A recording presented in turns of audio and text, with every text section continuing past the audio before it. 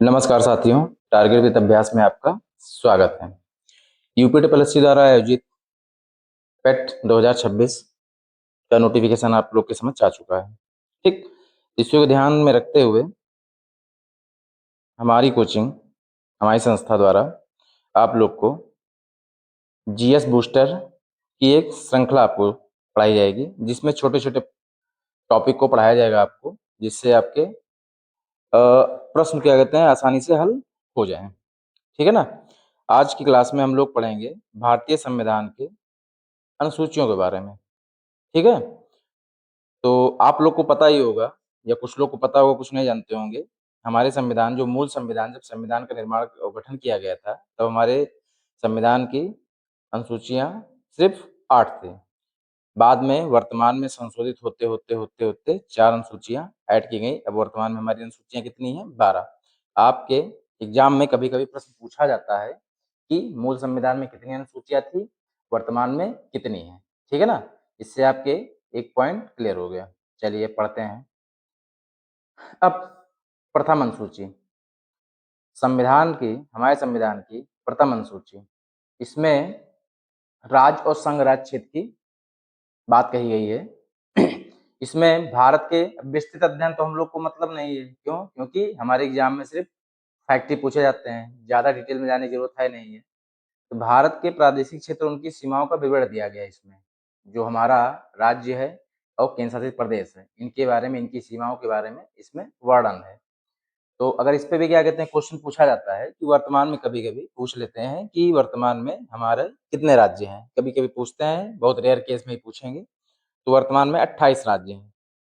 Question इसलिए बन सकता है क्योंकि पहले 29 राज्य थे। तो 2019 में भारत सरकार द्वारा संशोधन के द्वारा जो जम्मू और कश्मीर राज्य था, जम्मू एंड कश्मीर, उसको 2 केंद्र शासित प्रदेशों में तोड़ दिया गया है। जैसे एक जम्मू कश्मीर और दूसरा बन गया आपका लद्दाख, जिस पे किस प्रशासनिक व्यवस्था किसकी रहेगी? केंद्र सरकार की। उसके बाद हमारे यहाँ 8 संघ शासित राज्य हैं। संघ शासित मतलब केंद्र का शासन वहाँ पे रहेगा। प्रशासनिक व्यवस्था, पुलिस प्रशासन की व्यवस्था आपकी किसकी रहेगी? भारत सरकार की। तो पहले आपके यहाँ 9 केंद्र शासित प्रदेश थे, पहले 7 थे। जब ये 2 बने, जम्मू कश्मीर एंड लद्दाख, तो आपके 9 केंद्र शासित प्रदेश हो गए। इसके बाद फिर अभी हाल ही में, गत वर्ष में, आपका दादरा नागर हवेली और दमन-दीव, ये 2 राज्यों का मर्जर हो गया।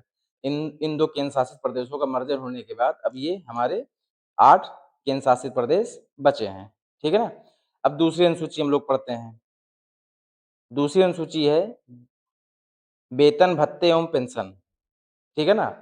जो हमारे संवैधानिक पद पर आसीन शीर्ष पदाधिकारियों के वेतन, उनके विशेषाधिकार और भत्ते दिए गए हैं, ठीक है ना? इसमें क्या-क्या है? राष्ट्रपति और राज्यों के राज्यपाल, इनके वेतन के बारे में कहा गया है। लोकसभा के अध्यक्ष व उपाध्यक्ष, राज्यसभा के सभापति, उपसभापति, इनके वेतन के बारे में इसमें दिया गया है, वेतन, भत्ते, पेंशन के बारे में बात कही गई है। विधानसभा और विधान परिषद के प्रमुख, इनके वेतन और विशेषाधिकार और भत्ते की वर्णन है। सुप्रीम कोर्ट व हाई कोर्ट के न्यायाधीश तथा भारत के नियंत्रक महालेखा परीक्षक जो सीएजी होते हैं, इनके वेतन के बारे में वर्णन किया गया है, ठीक है ना? इसके बाद हम लोग आते हैं तीसरी अनुसूची। तीसरी अनुसूची में जो संवैधानिक पदों पे आसीन लोग हैं, उनके पद के शपथ ग्रहण, जो शपथ लेते हैं, पद ग्रहण करते हैं, उनके शपथ का प्रारूप दिया गया है, मतलब किस तरीके से शपथ लेंगे, ठीक है ना? तो इसमें कौन-कौन से हैं? संसद के सदस्य कौन-कौन होंगे? लोकसभा के और राज्यसभा के जो सांसद होते हैं, लोकसभा के जो सदस्य होते हैं, वो जनता द्वारा चुने जाते हैं तथा जो राज्यसभा के सदस्य होते हैं, वो राज्यों द्वारा उनका चुनाव होता है, वोटिंग होती है उनकी, ठीक है ना? वो डायरेक्ट लोगों द्वारा नहीं चुने जाते हैं। संघ के मंत्रियों द्वारा ली जाने वाली शपथ के बारे में वर्णन है तथा सर्वोच्च न्यायालय के और उच्च न्यायालय के न्यायाधीश, उनके शपथ के बारे में कहा गया है, ठीक है ना? उसके बाद राज्य विधानमंडल के सदस्य, राज्य विधानमंडल की बात की गई है। राज्य विधानमंडल का मतलब ये हुआ, कहीं-कहीं विधायिका 2 होती हैं। राज्य विधानसभा और राज्य विधान परिषद, ठीक है ना। तो विधानमंडल के सदस्य, मंत्री और सीएजी, इनकी शपथ लिए जाने वाले शपथ का वर्णन इसमें किया गया है। लेकिन जैसे राष्ट्रपति हमारे हैं, राष्ट्रपति का शपथ का प्रारूप का जो वर्णन किया गया है वो अनुच्छेद 60 के तहत है, अनुसूची के तहत नहीं है। उपराष्ट्रपति का अनुच्छेद 69 के तहत है और राज्यपाल का अनुच्छेद 159 के तहत है। शपथ का प्रारूप इस अनुसूची में नहीं है, बाकी ये अनुच्छेद में कहा गया है, ठीक है ना। अब हम लोग पढ़ेंगे चौथी अनुसूची। चौथी अनुसूची राज्यसभा में सीटों का बंटवारा कैसे होगा उसके बारे में वर्णन किया गया है, ठीक है ना। अब जैसे दिया इसमें, विभिन्न राज्यों केंद्र शासित प्रदेशों के राज्यसभा में सीटों का आवंटन निर्धारण करता है। इसका वर्णन कहाँ दिया गया है? चौथी अनुसूची में, ठीक है ना। अब इसमें कुछ पॉइंट देखते हैं, इसका आवंटन होता कैसे है। प्रत्येक राज्य की जनसंख्या के आधार पर तय किया जाता है कि किस राज्य या केंद्र शासित प्रदेश की कितनी सीटें होंगी, ठीक है। ये उसकी राज्य की जनसंख्या के हिसाब से निर्धारण होता है। जिस राज्य की जनसंख्या ज्यादा होती है वहां पे सीटों की संख्या ज्यादा होती है। जैसे यूपी में आपका राज्यसभा की सीटों की संख्या 100 है, ठीक। राज्यसभा में केंद्र शासित प्रदेशों जैसे दिल्ली हो गया, पुदुचेरी हो गया, जम्मू कश्मीर हो गया के प्रतिनिधित्व का भी इसमें उल्लेख है, ठीक है ना। क्यों? क्योंकि ये 3 राज्य ऐसे हैं केंद्र शासित प्रदेश है, जैसे दिल्ली है, पुदुचेरी, जम्मू एंड कश्मीर है। यहाँ पे विधानसभा है।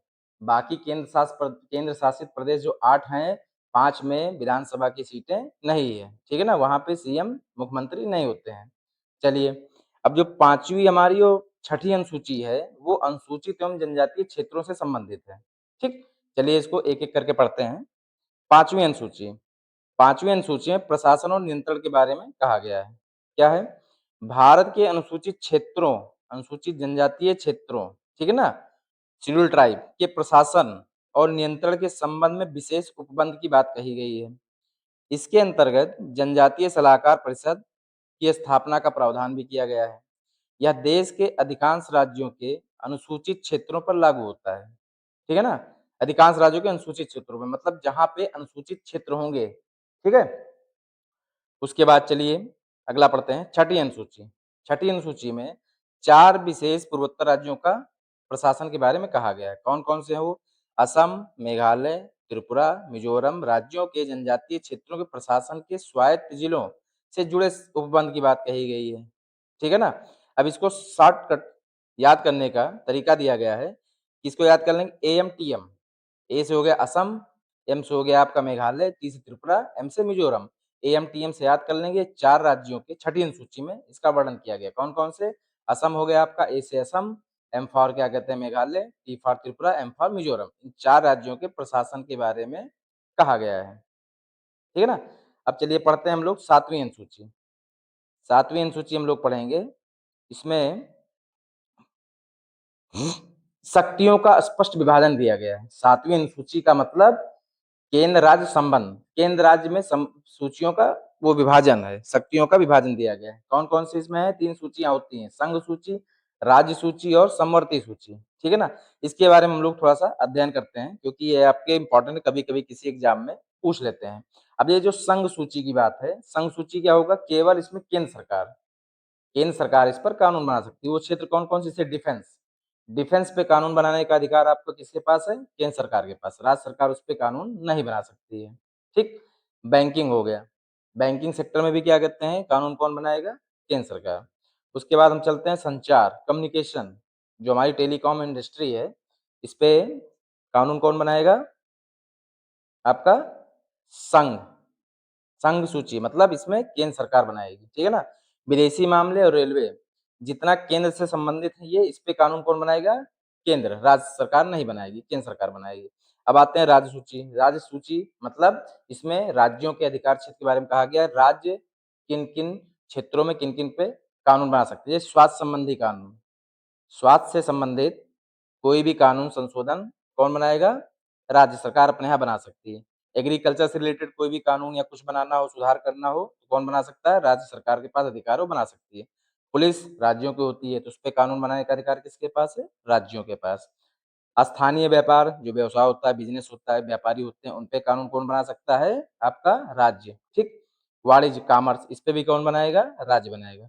कुछ समवर्ती सूची होती है जिसपे केंद्र राज्य मिलके कानून बना सकते हैं। ठीक, कौन कौन? शिक्षा क्षेत्र में राज्य का भी विषय है, केंद्र और राज्य दोनों मिलके बना सकते हैं। ठीक है ना। उसके बाद आपका वन फॉरेस्ट पे भी बना सकते हैं। ठीक है ना। क्यों? क्योंकि जो एक अंतरराष्ट्रीय मानक तय किया गया है और मानक भी है कि जो भूभाग हो किसी भी राष्ट्र का, उसका जितना क्षेत्रफल हो उसका 33% आपका वनावरण वृक्षावरण मिला के होना चाहिए। ठीक है ना। इस पे आपका जलवायु सम्मेलन भी होता है अंतरराष्ट्रीय, उस पे प्रावधान किया गया है। तो उस पे इसे वन का कहीं कहीं वन कम है तो वन की वृद्धि के लिए क्या क्या कानून क्या क्या कदम उठाए जा सकते हैं राज्यों द्वारा, वो आपका समवर्ती सूची का विषय। इस पे केंद्र राज्य मिलकर भी बना सकते हैं। जैसे इसमें केंद्र सरकार का एक लोगों से अपील की गई है वन क्षेत्र को बढ़ाने के लिए कि एक पेड़ माँ के नाम। ठीक है। उसके बाद जैसे विवाह तलाक, इस संबंध में कानून कौन बना सकता है? केंद्र और राज्य मिलके। जैसे ट्रिपल तलाक पे क्या कहते हैं कानून बनाया था केंद्र सरकार ने। ठीक है ना। उसके बाद जनसंख्या पॉपुलेशन कंट्रोल पे कानून क्या कहते हैं? केंद्र और राज्य सरकारें मिलकर भी बना सकती हैं और अलग अलग भी बना सकती हैं। ठीक है ना। अब सबसे इंपॉर्टेंट जिससे प्रश्न पूछे जाते हैं, 8वीं अनुसूची हमारी। ठीक है ना। कौन सी? 8वीं अनुसूची। तो मूल संविधान में वर्तमान में 22 आधिकारिक भाषाएं हैं, 22 भाषाएं हैं जो कि आपको मान्यता प्राप्त है। 8वीं अनुसूची में 22 मान्यता प्राप्त भाषाओं का वर्णन किया गया है। लेकिन प्रश्न पूछता है कभी कभी कि मूल संविधान में कितनी भाषाएं थी? तो आपका 14। ठीक है ना। वर्तमान में कितनी है? 22। अब 14 थी 22 हो गई, बढ़ी कितनी है आपका? 8 भाषाएं बढ़ी हैं। तो ये संशोधन संविधान संशोधन जो हुआ है उसके द्वारा बढ़ी है। तो ये पूछे जाते हैं कि संविधान संशोधन द्वारा किस वर्ष कौन सी भाषा जोड़ी गई है। अब इसे 21वां संविधान संशोधन हुआ था आपका, कब हुआ था? 1967 में। इस इसमें आपका सिंधी भाषा को जोड़ा गया था। ठीक है ना। ये इसको 15वीं भाषा, पहले 14 थी मूल संविधान में, तो 15वीं भाषा कौन सी जोड़ी गई? सिंधी भाषा। कब जोड़ी गई? 21वें संविधान संशोधन 1967 द्वारा। उसके बाद आपका 71वां संविधान संशोधन हुआ कब? 1992 में। इसमें 3 भाषाएं जोड़ी गई। कौन कौन सी? कोंकणी, मणिपुरी, नेपाली। ठीक ना। कोंकणी, मणिपुरी, नेपाली।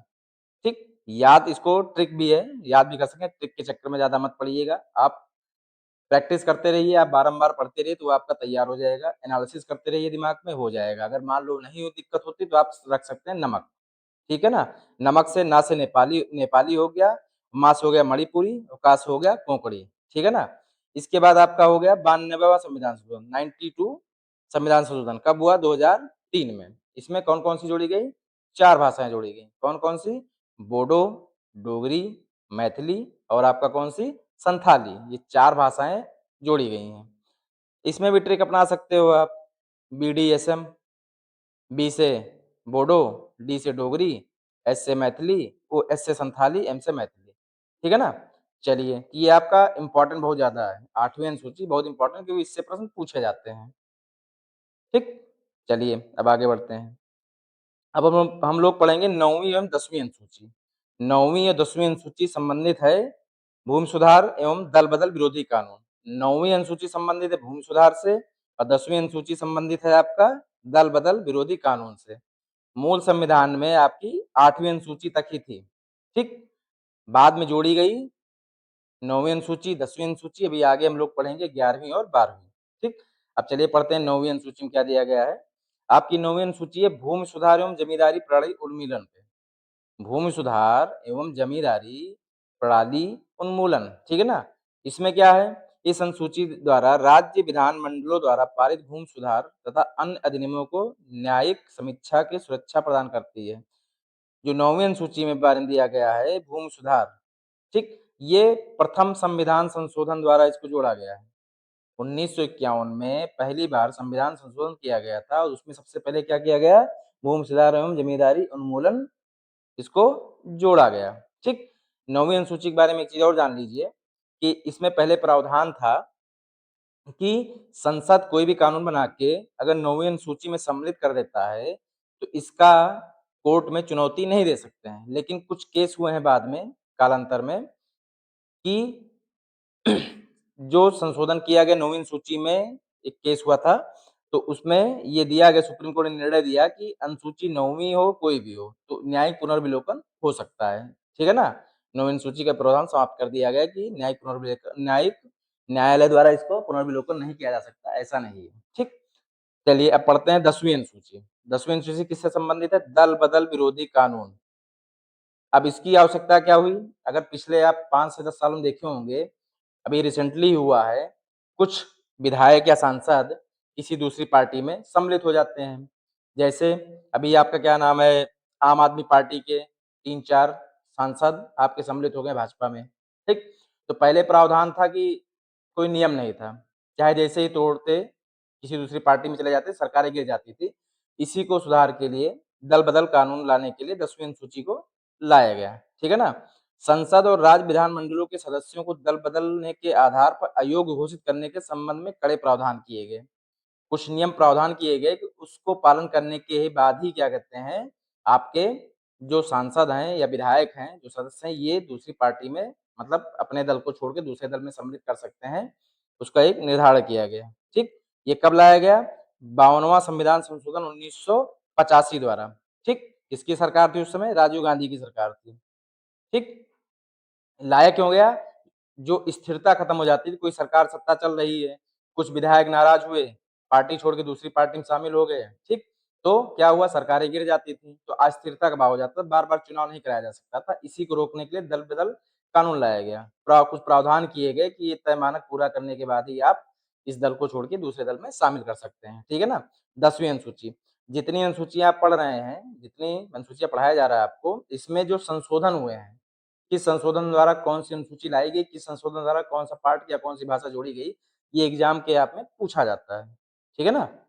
चलिए, अब आप काम पढ़ते हैं 11वीं अनुसूची। फिर कौन-सी 11वीं अनुसूची कब जोड़ी गई है ये? स्थानीय स्वशासन या पंचायती राज से संबंधित है। किससे संबंधित है? स्थानीय स्वशासन और पंचायती राज से संबंधित है। ये जोड़ी कब गई थी? ये 73वें संविधान संशोधन 1992 द्वारा इसको जोड़ा गया था, ठीक? इसमें अनुसूची पंचायतों की शक्तियों, प्राधिकारों और जिम्मेदारियों को निर्दिष्ट कर उन्हें संवैधानिक दर्जा प्रदान करती है, ठीक? इसमें संविधान के अनुच्छेद 243 जी से संबंधित है। 243 से 243 जी तक इसमें वर्णन किया गया है, अनुच्छेद इसमें प्रावधान किए गए हैं, ठीक? इसमें ग्रामीण विकास, पेयजल, कृषि, सड़क, स्वच्छता और महत्वपूर्ण विषय शामिल हैं। ये त्रिस्तरीय पंचायती प्रणाली लागू करता है, अर्थात ये आपका क्या नाम है, पंचायती राज के विषय कितने विषय हैं? 29 विषय हैं, ठीक है ना? ये जो त्रिस्तरीय दिया गया है, ये आपका बलवंत राय मेहता समिति, बलवंत राय मेहता, बीएन मेहता समिति, ठीक है ना? इसके द्वारा ये क्या कहते हैं, ये त्रिस्तरीय व्यवस्था लागू की थी पंचायती में। जैसे आपका होता है ग्राम प्रधान होता है, ब्लॉक प्रमुख होता है आपका, उसके बाद क्या कहते हैं, क्षेत्र प्रमुख होता है, ठीक है ना? जो जिला पंचायत अध्यक्ष होते हैं, ये त्रिस्तरीय व्यवस्था का प्रावधान किया गया है। इसके बाद आपका जो अंतिम अनुसूची है, 12वीं अनुसूची, ठीक है ना? कौन-सी है? 12वीं अनुसूची। इसमें स्थानीय स्वशासन, नगर पालिकाएँ, ठीक? नगर पालिकाओं अभी तक क्या था? ग्राम पंचायतें, जो ग्रामीण क्षेत्र थी, और ये नगर पालिकाएँ, ये क्या कहते हैं? नगरीय क्षेत्रों में इसकी व्यवस्था की गई। ये कब लाया गया? ये आपका लाया गया 74वें संविधान संशोधन 1992 द्वारा लाया गया। इसमें कितने विषय हैं? 18 विषय हैं, ठीक? अब ये कहाँ-कहाँ है? स्थानीय निकायों जैसे नगर पालिकाओं, नगर परिषदों और नगर निगमों की शक्तियों और कार्यों को परिभाषित करती है, ठीक? संविधान में आर्टिकल कौन-कौन से दिए गए हैं? 243 जी से 43 डब्ल्यू से संबंधित है, ठीक है ना? इसमें शहरी नियोजन, सार्वजनिक स्वास्थ्य, दमकल सेवाएँ, सड़कों के रख-रखाव जैसे कार्य शामिल हैं, ठीक है ना? शहरी विकास के सुचारू रूप संचालन हेतु महत्वपूर्ण संवैधानिक ढाँचा है, ठीक? ये हमारी जो 12 अनुसूचियाँ हैं, इसके बारे में हम लोगों ने अध्ययन कर लिया, ठीक है ना? आप लोग का सहयोग मिलता रहेगा, तो आपको धीरे-धीरे एक-एक टॉपिक आते रहेंगे। चलिए एक बार रिकॉल कर लेते हैं, जिससे तैयार हो जाए। जैसे अनुसूची पहली अनुसूची में क्या है? संघ और राज्य क्षेत्र, ठीक? कोई राज्य की परिकल्पना की गई है राष्ट्र की, तो उसमें राज्य क्षेत्र उसकी सीमाएँ होंगी, तो राज्य और संघ राज्य क्षेत्र, ठीक? दूसरी अनुसूची में वेतन और भत्ते दिए गए हैं, जो संवैधानिक पदों पे आसीन व्यक्ति हैं उनके वेतन के बारे में कहा गया है। तीसरे में शपथ ग्रहण की बात की गई है। चौथी अनुसूची में राज्यसभा में सीटों के आवंटन के बारे में बात की गई, जिसका हमने अध्ययन अभी उपरो किया है। 5 में अनुसूचित क्षेत्रों का प्रशासन की बात की गई है। अनुसूची 6 में पूर्वोत्तर राज्यों के प्रशासन की बात की गई है, ठीक? उसके बाद अनुसूची 7 में शक्तियों का विभाजन। पीछे अभी हमने पढ़ा है, केंद्र द्वारा जो कानून किस पे बनाया जा सकता है, संघ सूची, राज्य सूची और समवर्ती सूची, ठीक? उसके बाद आपका 8वीं अनुसूची क्या है, भाषाओं से, आधिकारिक भाषाएं जिनको मान्यता प्राप्त, भारत सरकार द्वारा मान्यता प्राप्त जो भाषाएं हैं उनके बारे में कहा गया है, ठीक? इसके बाद आप आइए भूमि सुधार कानून, कौन सी अनुसूची 9, ठीक? ये प्रथम संविधान संशोधन द्वारा इसको जोड़ा गया था। उसके बाद आपका 10वीं है दल बदल, 10वीं याद करने का तरीका है, 10वीं अनुसूची 10 से स्टार्ट है, दल बदल कानून। उसके बाद आपका 11वीं पंचायती राज शक्तियां व्यवस्थाओं से है, 12वीं अनुसूची आपका नगर पालिकाओं से है, ठीक है? चलिए, अगर कोई आपका सवाल हो या कोई सुझाव हो, या आप और किस-किस चीज़ के किस-किस टॉपिक पे आप जीएस बूस्टर में आप चाहते हैं, या आपकी किस-किस तरीके से क्लास, कौन-कौन सी क्लास आपकी चलाई जाए, आप कमेंट में बता सकते हैं, ठीक? अंत तक वीडियो देखने के लिए आप सभी का धन्यवाद।